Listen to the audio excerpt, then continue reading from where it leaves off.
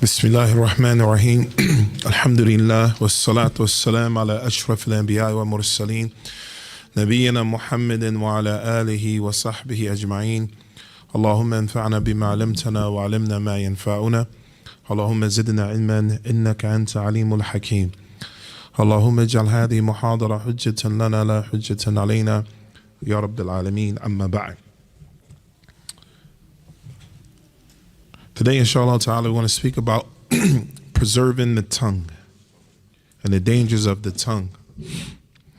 Allah subhanahu wa ta'ala says in the Quran, Alam naj'al lahu aynayn wa lisanan wa shafatayn.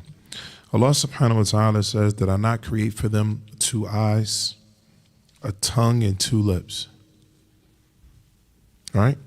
Allah subhanahu wa ta'ala is talking about his creation, right? He says, Alam naj'al lahu aynayn. Did I not give them 2 eyes? Wa lisanan wa shafatayn. A tongue and lips. طيب. النبي عليه الصلاة والسلام النبي عليه الصلاة والسلام, he speaks about one of the punishments or punishment for a person being careless with their tongue. A punishment for us being careless with our tongue, especially during the month of Ramadan. And Nabi alayhi salatu wasalam, he said, Ya Mu'adh, thakulatka ummak. He said, O Mu'adh, and Mu'adh ibn Jabal was one of his companions. He said, thakulatka ummak, may your mother lose you. And if we was to translate it to our language, basically like you tripping. So he says, هل يكب الناس على مناخرهم في جهنم إلا ما نطقت به ألسنتهم. He said, aren't people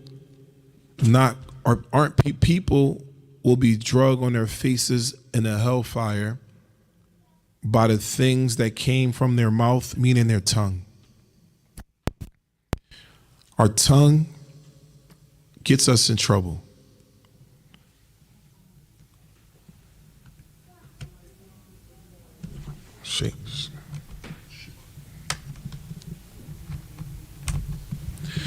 Our tongue gets us in trouble. So the Prophet ﷺ, he also said, فَمَنْ كَانَ يُؤْمِنُ بِاللَّهِ وَالْيَوْمِ الْآخِرِ فَلْيَقُلْ خَيْرًا أَوْ يَسْكُتْ. And in another narration, يَسْمُتْ. And Nabi ﷺ, he said, whoever believes in Allah in the last day, meaning the day of judgment, فَلْيَقُلْ خَيْرًا. Then the Prophet ﷺ, he swore, say something good or be quiet. Or yaskut an shar, be quiet about evil. He says, Qulu khayran, say that which is good. In another ayah, Allah subhanahu wa ta'ala says in Surah Al-Qaf, Allah says, Ma yalfidhu min qawlin illa ladayhi raqibun atid. Allah subhanahu wa ta'ala mentions that a person doesn't utter a word except that whatever we say that come out of our mouths is recorded. Everything. Can you imagine every single word that comes from our mouths is recorded, is written down? Sometimes we say things that's out of pocket, right? And we may not even ask Allah for forgiveness. We may just speak crazy sometimes, but it's recorded. So here, قال الحسن البصري رحمه الله, one of the great scholars of the past, he said, وَطَلَى هَذِهِ الْآيَةِ, he mentioned this verse about there being angels recording everything that we say. So he says, يَا ابْنَ آدَمْ بُسِطَتْ لَكَ الصَّحِيفَةِ. He says, O son of Adam, your newspaper, if you will, your sahifa, your page is going to be laid out in front of you. Everything that you did, everything that we said. And it says, وُكِلَ بِكْ مَلَكَانْ كَرِيمَانْ أَحَدُهُمَا عَنْ يَمِينِكَ وَالْآخَرَ عَنْ شِمَالِكَ. And he said that every last one of us, we have 2 angels with us. Pay attention. Every human being has 2 angels with them. one angel on your right side and another angel on your left side. فَيَحْفَظُ سَيِّئَاتِكَ فَعْمَلْ مَاشِدٍ. And he says, فَيَحْفَظُ حَسَنَاتِكَ. That angel,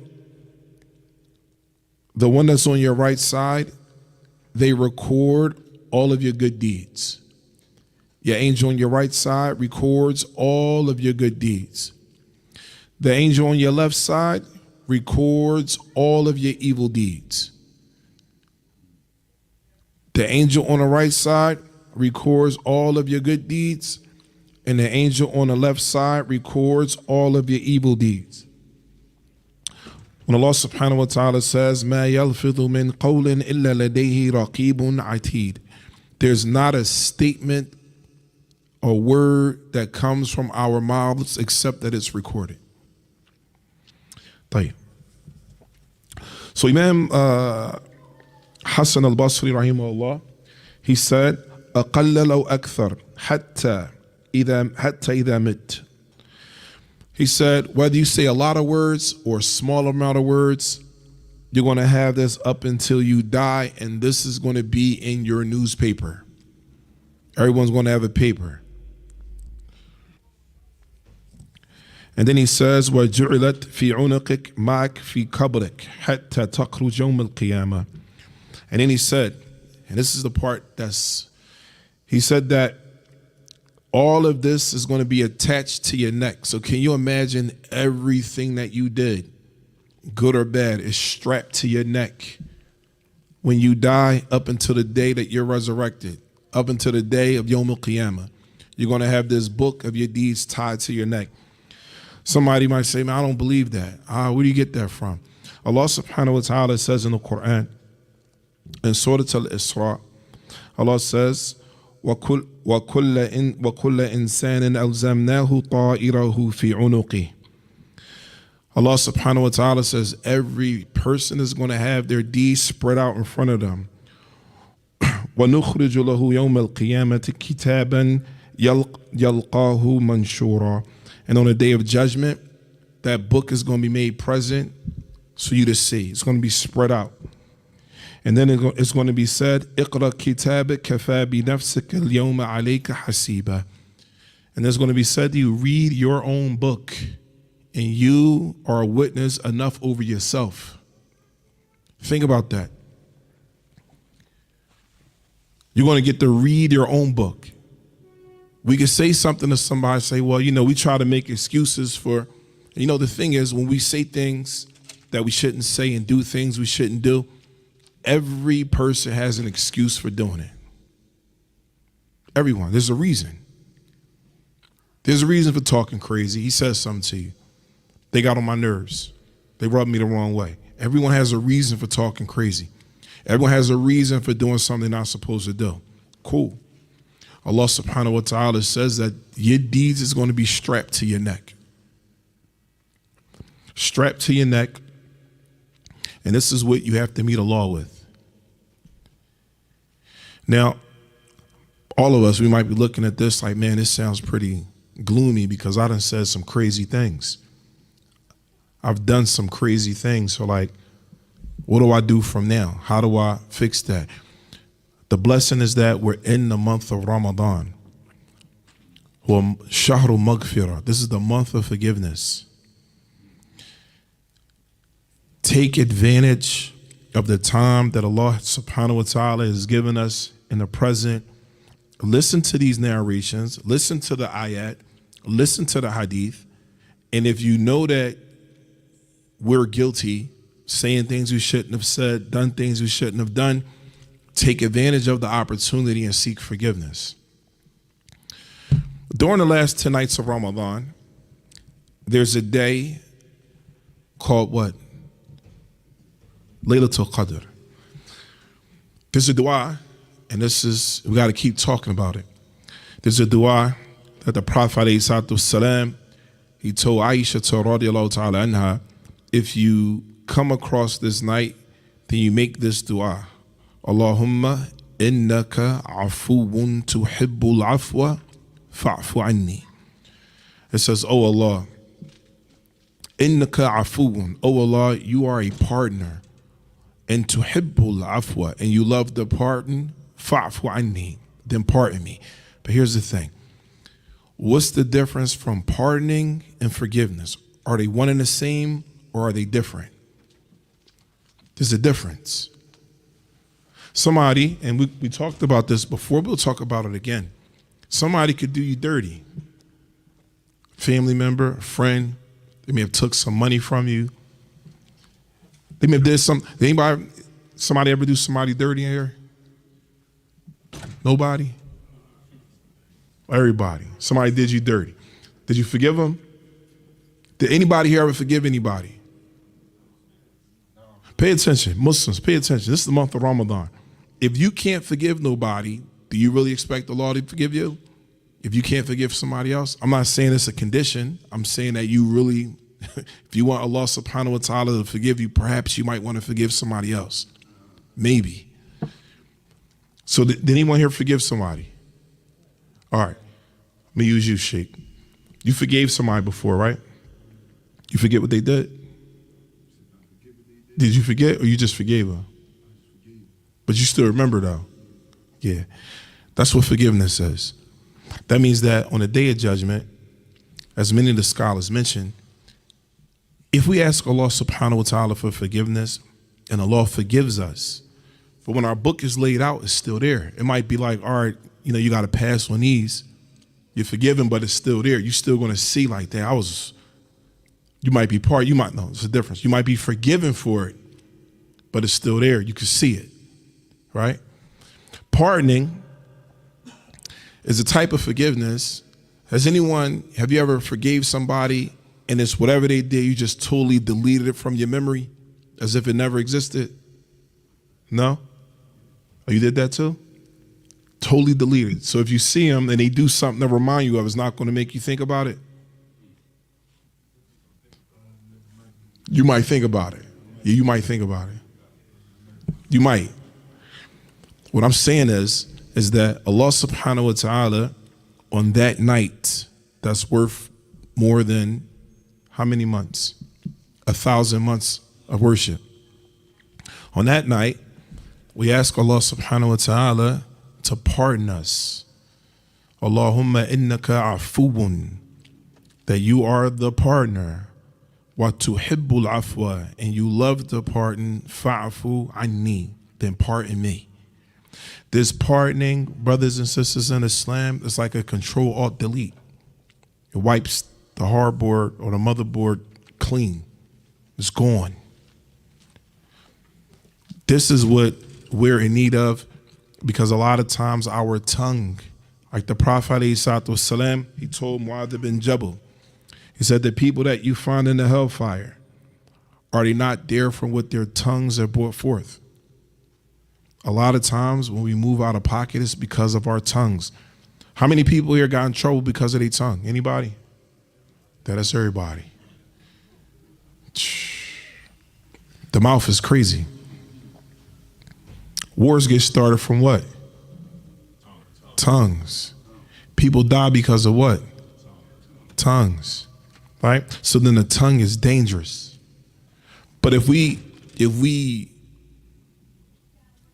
and I'm going to say this because a brother mentioned this to me today. He was talking about the Quran. One of the brothers who studied at Qur'an with us, he's one of the imams at a few of the masajid in Mecca. He's going to be here for Tarawih sometime this weekend, I think.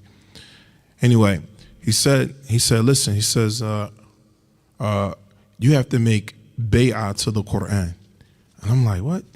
Like you have to totally be dedicated to the book of Allah.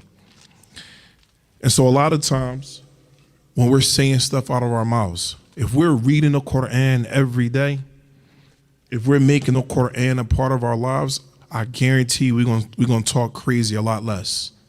We're not going to say the same type of things we would have said before.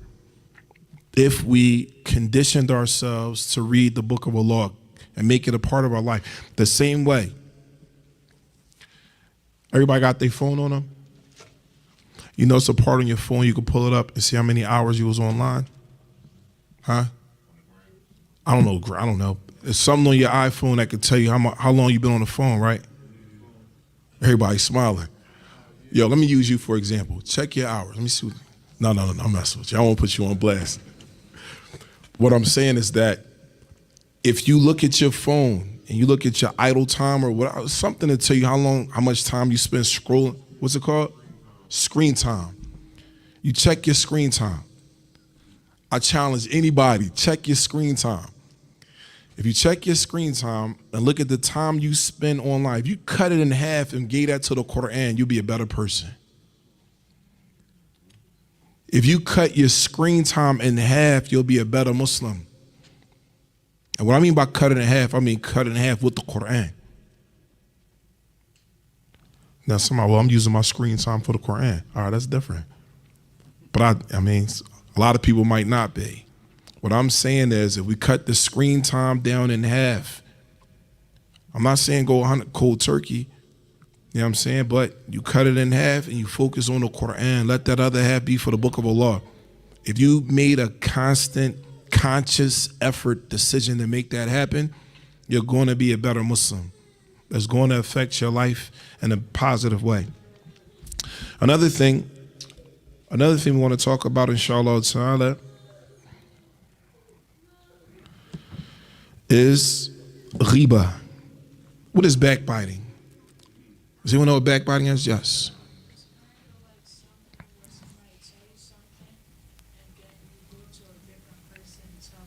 MashaAllah. So he said like namima, who he's talking about. Somebody tell you something, you spread it to somebody else. You said backbiting is slander? What's slander? What does that mean? It's a lie? So what if it's true? Is that still backbiting? It's not backbiting.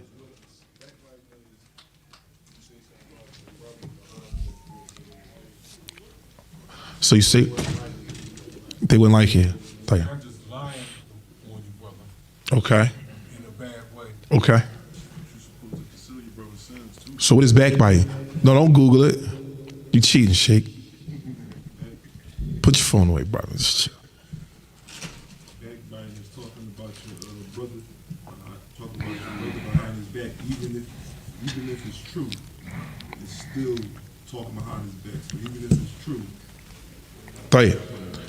So we have a hadith عن أبي هريرة رضي الله تعالى عنه أن رسول الله صلى الله عليه وسلم قال.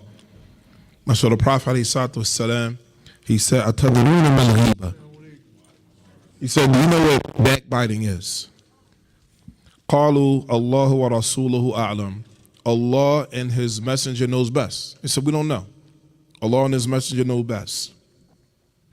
قال ذكرك أخاك بما يكره. Mentioning something about your brother that he hates. Is it a condition that is true or false?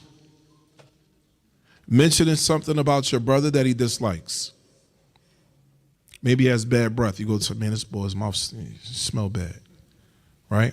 I'm using that as an example, right? If you say that about somebody like that, come on, man. Maybe he got an issue, right? All right, if you say that about him and it's true, it's still considered backbiting. Right. So then it says, وَقِيلَ أَفَرَأَيْتَ إِن كَانَ فِي أَخِي مَا أَقُولُ. And he said, well, what about what I say about him is true? What if he do got bad breath? What if that is? I mean, it's true. قَالَ إِن كَانَ فِيهِ مَا تَقُولُ فَقَدْ اكْتَبْتَ وَإِن لَمْ يَكُنْ فِيهِ مَا تَقُولُ فَقَدْ بَهَدْتَ. And this hadith you can find in Sahih Muslim. He said that if what you said about him is true and he doesn't like it, it's backbiting him. This is the definition of backbiting. Saying something about your brother that he doesn't like and it's true. This is backbiting. Saying something about your brother that isn't true is a slander. It's worse. That's shirk. Huh? Slander is like shirk because it's a form of magic, right? Because if you tell somebody something that's not true, that the next person... You said slander is shirk? No, shirk. No, shirk is associating partners with Allah. Right? A shirk is the worship other than Allah with Allah. So, for example, you might Now, a big form of shirk now that people fall into is worshiping their desires. There might be time to pray, but you don't feel like praying because you want to do something else. Maybe that could be shirk. Maybe you might worship your money. Maybe you may worship your wife. Maybe you may worship your kids. Maybe you may worship your cars. Maybe you may worship jewelry. Huh? Yeah, that's dangerous. Yeah, maybe instead of praying to Allah, you looking at astrology, right? And you looking at that, you say, "No, man, my sign says this, so this is what I'm following. Allah says this, but you following that, right?" These things are shirk. Right. So then, when we speak about backbiting, many of the scholars of the past say sometimes when we backbite, we disguise it and dress it up. Right? You might say something like, "Oh, such and such." Yeah, man, I don't really like talking about people, but I'm gonna tell you this real quick. So you give a prelude for backbiting. In your mind, you say that I'm gonna come up with a reason that's gonna justify backbiting. There are cases where you can backbite and it's permissible. Does anyone know what they are? Yes. Huh? Mumtaz. Now, we do a lot of backbiting except when your man trying to get married. If your man trying to get married to a sister, you're not going to tell the sister, like, "Yo, he really out of pocket." You really not going to say nothing. Listen how crazy it is. You know your man move funny, right? But he dealing with some, you're not going to say nothing. If he got a home and they doing business, you're not going to say nothing. Like you want to, no, you may say something. Let me stop that. If your man, he moves funny, your man, like, "Yo, why you mess with Bull? Bull, he a noodle. He ain't cool." You're going to tell your man that, right? But then the same dude, you're okay with him a little bit, but he get ready to get married, but you're not going to say, I ain't going to hate on him. If you say something, you hating. But yet, in this case, this is the permissible backbiting. Permissible back. What does that mean? You know, a sister getting ready to marry a brother, and he's not going to take care of her. He's not going to take care of her. Instead of you telling the Wali, "Yo, man, he's really not him," like, fall back. You're not going to do that because you're going to be perceived as what? Who said that? Snitching? I don't know. Is that snitching? What is it? Throwing salt. A hater? So brothers will be mad about your boys just hating on me. Is it a justifiable hate though? It's a halal hate? Listen, An-Nabi alayhi salatu wassalam, he came, one of the companions, subhanAllah, I forget his name. I think it was Abu Sufyan. Sir? But he was looking to get married. An-Nabi alayhi salatu wassalam said, "Huwa rajulun shahiyah," yani he's stingy with his money. This is the Prophet alayhi salatu wassalam speaking about one of his companions. How many of y'all would tell the truth about your man he was getting ready to marry your sister? Nobody. No hands raised. Brothers and sisters, brothers in particular, we claim sunnah, we really got to implement this one. Because what happens is, if you marry a sister off to a brother who you know not right, let me tell you the problem that comes from that. The problem that comes from that is you may be messing up somebody's whole lineage. That's generations, but you stood in the way. You could have been like, "No, the brother's not good. He's not a good," and give you reasons because of A, B, C, D, E, F, and G. But because you don't say nothing, and now they have kids, and she's like, "Y'all was duped." Now her whole situation, her kids, grandkids, you messed up their whole situation forever. And because of that, Allah knows best. Because it's your man and you know your man wasn't right and they got married, you may have to answer to Allah subhanahu wa ta'ala for that. You see how deep that goes? That's a double situation, because what if the brother get himself right on that time that you married the sister, and you do get himself right, but you know this past situation, and you tell him. Sure. What's upon the brother to speak on what he knows. I don't know the new. I know the old you. I don't know the new you. You know what I'm saying? Here, Listen, this is why you gotta be truthful. He must have, I don't know if he got, last I checked, this is what he was on. Right now, I don't know. Is that fair? You think that's fair? So if somebody don't know you, they knew you from 5 years ago, you was out of pocket. Somebody asked me about your home's out of pocket. You gonna feel some type of way? You would. But am I right though? If you was out of pocket 5 years ago, am I telling the truth? All right. I mean, you might say that was me then, I'm new now. I don't know the new you, I just know the old you. You know what I'm saying? I'm not. Now, if I could say back in the day he was out of pocket, but he got himself together, you don't think that's fair? Yeah, because you probably tell her that, right? Right. So what I'm saying is, when it comes to these types of situations, we got to be, and the next part is doing business.